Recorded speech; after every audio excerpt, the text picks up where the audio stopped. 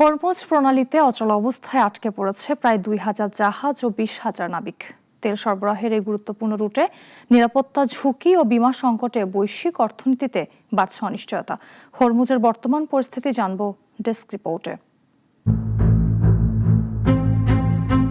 মধ্যপ্রাচ্যের অত্যন্ত গুরুত্বপূর্ণ নৌপথ হরমুজ প্রণালী এখন কার্যত অচল।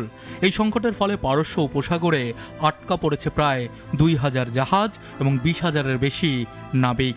তারা নিরাপদে চলাচলের অনুমতির অপেক্ষায় থাকলেও পরিস্থিতি এখনও স্বাভাবিক হয়নি। বিশ্বের মোট তেলের সরবরাহের ২০%-এরও বেশি এই প্রণালী দিয়ে পরিবাহিত হয়। ফলে এই রুটে যে কোনো বিঘ্ন সরাসরি প্রভাব ফেলে বৈশ্বিক জ্বালানি বাজারে। ইতিমধ্যেই বাজারে অনিশ্চয়তা তৈরি হয়েছে, বাড়ছে তেলের দাম এবং পরিবহন খরচ। গত মার্চ মাসে আন্তর্জাতিক সামুদ্রিক বিমা কোম্পানিগুলো হরমুজ প্রণালীকে অত্যন্ত ঝুঁকিপূর্ণ ঘোষণা করে। এর ফলে ট্যাঙ্কার জাহাজের জন্য যুদ্ধ ঝুঁকি বিমা বাতিল করা হয়। বিমা ছাড়া জাহাজ চলাচল কার্যত অসম্ভব হয়ে পড়েছে, যার ফলে সংকট আরও গভীর হয়েছে। এদিকে যুক্তরাষ্ট্র জানিয়েছে জলপথে পেতে রাখা নৌমাইন অপসারণ করতে অন্তত ৬ মাস সময় লাগতে পারে।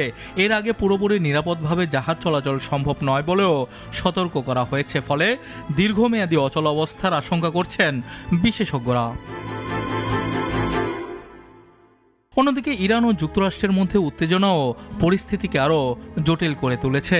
সম্প্রতি ওমান উপসাগরে একটি ইরানি কন্টেইনারবাহী জাহাজ নিয়ন্ত্রণে নেয় যুক্তরাষ্ট্রের নৌবাহিনী। এতে থাকা ২৮ জন ইরানি নাবিকের মধ্যে ৬ জন ইতিমধ্যে মুক্তি পেয়েছেন। ইরান জানিয়েছে নাবিকদের নিরাপত্তার কথা বিবেচনা করে তারা সরাসরি সামরিক পদক্ষেপ নেয়নি, বরং কূটনৈতিক প্রচেষ্টার মাধ্যমে তাদের মুক্ত করার চেষ্টা চালিয়ে যাচ্ছে। এখনও বাকি ২২ জন নাবিক যুক্তরাষ্ট্রের হেফাজতে রয়েছেন। ভবিষ্যতে মাইন অপসারণ হলেও বিমা খরচ দীর্ঘদিন উচ্চ অবস্থানে থাকবে।